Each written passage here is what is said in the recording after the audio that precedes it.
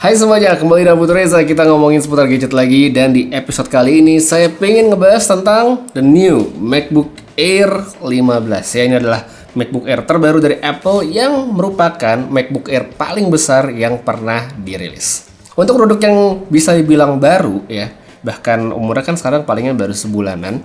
Ini tuh bisa dibilang adalah sebuah perangkat Apple yang underwhelming ya. Jadi kelihatan tidak sebegitu menariknya ya, hype-nya juga standar-standar aja. Padahal kan biasanya produk Apple itu hampir selalu menjadi sesuatu yang ditunggu.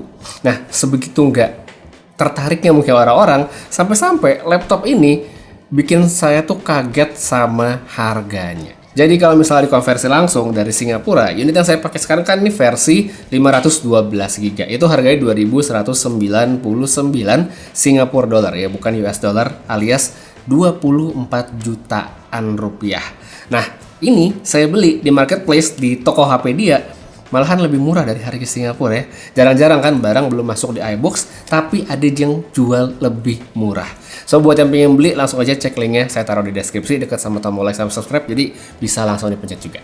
Nah tapi meskipun nih laptop kelihatan mungkin tidak semenarik itu, ternyata setelah saya coba beberapa hari gitu sebagai alternatif dari MacBook Pro yang biasa saya pakai, ya ada beberapa poin yang memang membuat laptop ini berbeda sama yang sebelumnya. Dari segi tampilan dan desain, ya MacBook tetaplah MacBook dengan desain khas yang nggak berubah. Simple, cuma ada logo Apple di bagian lid-nya kayak gini.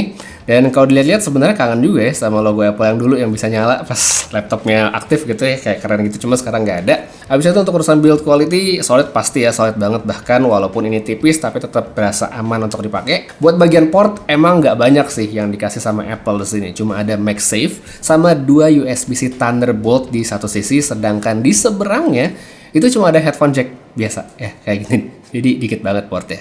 Jadi buat yang mungkin butuh memory card reader atau mungkin colokan yang lain mesti pakai dongle ya, harus di sini. Sesuai nama produknya, MacBook Air 15 ya. Ini adalah laptop yang menggabungkan dua aspek yang bisa dibilang sebenarnya saling kontradiktif, yaitu besar sama tipis.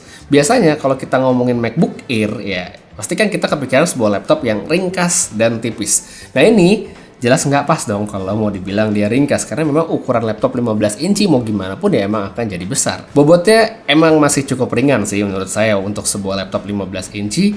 Tipisnya juga masih dapet banget, tapi itu dia, tetap laptopnya besar dan kelihatan kok kalau lagi dipakai tuh gede banget laptopnya. Makanya buat mereka yang mobile dengan laptopnya mungkin untuk kerja atau aktivitas sehari-hari, kayaknya harus sedia tas baru deh yang lebih besar, atau kalau mau bisa juga nih pakai sleeve yang kayak gini ya. Ini saya pakai produknya Civilian, saya udah pernah pakai buat MacBook Pro sejak lama ya. Sekarang mereka baru ngerilis yang untuk MacBook Air 15 inci.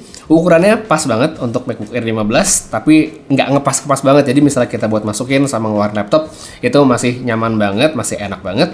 Terus di bagian depan dia juga ada kantong-kantongnya, di bagian belakang juga ada nih, bahkan gede banget, bisa buat masukin dokumen dan segala macem. Serta masih ada bagiannya nih yang bisa dipakai untuk nyelip-nyelipin aksesoris. Fungsional banget untuk MacBook Air 15-nya dan pastinya highly recommended buat yang punya MacBook Pro atau MacBook Air. Jadi langsung dicek aja ya, saya taruh. Lanjut kita ngomongin soal specs-nya dari si MacBook Air 15. Inilah sebenarnya bagian yang bisa dibilang bikin laptopnya jadi kelihatan biasa aja ya. Mungkin Apple ngerasa kayak nggak perlu melakukan upgrade, tapi dari sisi konsumen, kalau menurut saya, untuk melihat specs yang sama pada dua produk berbeda dengan rentang waktu sekitar 1 tahun perilisan, itu kayak gimana gitu ya, kayak kok males banget gitu ngasih specs baru. Kalau dibandingin sebelah-sebelahan sama yang versi 13 inci dari keterangan di website Apple, kedua laptop ini tuh bisa dilihat ya, punya specs yang sama persis ya, 15 sama 13 inci. Prosesor sama CPU dan GPU core-nya tidak berubah. Kapasitas penyimpanan, jenis SSD, konektivitas Wi-Fi juga begitu. Panel serta kecerahan layar ya sama aja, dan palingan yang berubah itu adalah hal-hal yang terkait dengan ukuran yang memang besar ya. Jadi di sini memang jual utamanya adalah layarnya yang lebih besar. Dengan layar yang lebih besar ini, ya sebenarnya memang bisa mengakomodir kebutuhan user-user yang memang perlu space yang ekstra gitu. Mungkin buat bekerja, untuk ngedit, Excel, dan segala macam ya. Supaya lebih banyak space yang digunakan. Kalau menurut saya kemungkinannya memang banyak banget, sehingga sekalipun laptop ini perbedaannya cuma layar doang ya, cuma layar lebih gede, tapi tetap dia ngebuka opsi untuk user yang memang membutuhkan. Nah, masih ngomongin soal seputar ukuran yang besar, awal saya pikir dengan laptop yang lebih besar, baterainya juga bisa bertahan lebih lama. Tapi ternyata setelah dipakai, nggak juga. Apple pun ternyata udah nginfoin hal tersebut, lagi-lagi di website mereka seperti ini. Jadi sekalipun kapasitasnya memang lebih besar di angka 66,5 watt hour, tapi daya tahan yang diklaim sama Apple pun ya sama dengan yang versi 13 inci. Nggak jelek sih emang sebenarnya ya, karena untuk pemakaian standar pun kayak sekitar 3 jam buat browsing sambil ngetik bla bla bla itu cuma butuh baterai sekitar 25%-an aja. So buat yang pemakaian mobile dan jarang ketemu colokan dengan intensitas yang mungkin tidak terlalu tinggi untuk workload yang luar biasa, ini menurut saya masih laptop yang oke banget sebenarnya, enak banget. Dari segi performanya sendiri ya itu tadi, karena memang tidak ada perubahan specs yang berarti, jadi memang ya sama aja gitu sama versi 13 inci, sama kayak baju saya kan, sama kayak review yang kemarin ya gitu sama, nggak banyak beda. Masih laptop yang sangat bisa diandelin untuk pemakaian ringan sampai menengah, untuk orang-orang dengan aktivitas standar seperti untuk pemakaian kantoran atau kuliahan dengan aplikasi browser, Office, Word, Excel maupun presentasi PPT dan Keynote, semuanya masih oke. Ngedit foto atau video yang nggak berat-berat juga tentunya masih jalan banget dengan baik ya, seperti misalnya mau pakai fitur AI Generative Fill di Photoshop beta yang baru, nah itu bisa banget, masih jalan di sini. Habis itu kalau misalnya kita masuk ke konteks ngedit video, dari segi kecepatan, dari prosesnya, ya cepet gitu, apalagi kalau misalnya resolusi atau format datanya tuh ringan, kayak misalnya ngedit file 4K yang direkam dari handphone, ya umumnya mungkin buat bikin video vertikal pendek, buat taruh di Reels, Story, atau di TikTok, ya itu masih lancar banget, enak. Habis itu kalau misalnya saya coba dengan format yang sedikit lebih berat, misalnya dari kamera pun ya juga sebenarnya masih bisa, sama seperti yang 13 inci kemarin, masih bisa. Cuma ya itu dia, mungkin bukan yang tercepat, tapi ya saya yakin untuk sebagian orang yang mungkin tidak terlalu demanding juga, ya ini masih oke banget.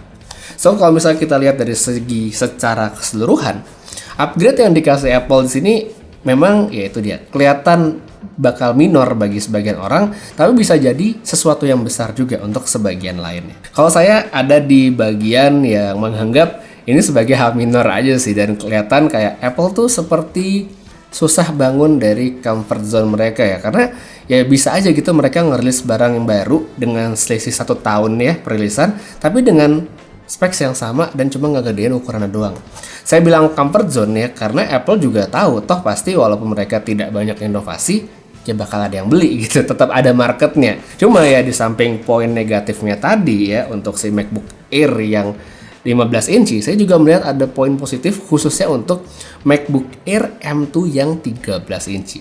Jadi gini, karena Apple kan baru aja ngerilis ini nih, si MacBook Air 15 inci gitu ya, M2 dengan specs yang sama, itu artinya lifespan atau masa pakainya si MacBook Air M2 yang 13 inci juga bakal masih panjang karena speknya sama. Masih panjang di sini artiannya bakal nyaman dipakai sampai kayak mungkin 2-3 tahun ke depan, mungkin bahkan lebih bagi sebagian orang. Cuma kalau kita ngomongin di konteks lain tentang perilisan baru, ya gimana pun sih akhir tahun ini atau mungkin awal tahun depan, ya saat Apple sudah mengumumkan chips yang baru gitu ya, si M3 mungkin namanya, ya kemungkinan pasti bakal ada MacBook Air yang baru lagi. Tapi tetap ini bakal tetap kepake, apalagi nanti pasti kan harganya turun, jadi bakal lebih menarik lagi. Recommended apa enggak si MacBook Air 15?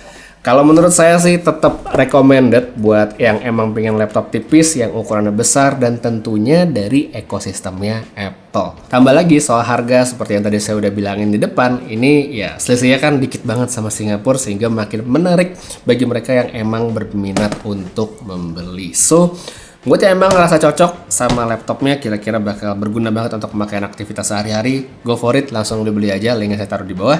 Tapi misalnya buat yang ya kurang cocok, ya gampang di skip aja gitu, karena dengan harga yang ada gitu kayak 20 jutaan, laptop sekarang udah bagus-bagus gitu, alternatifnya banyak banget, so tinggal disesuaikan sama kebutuhan dan preferensi masing-masing. Untuk sekarang kayak gitu dulu buat review the new MacBook Air 15 inci. Makasih banyak nonton sampai habis. Putra Reza pamit. Sampai ketemu lagi di video berikutnya.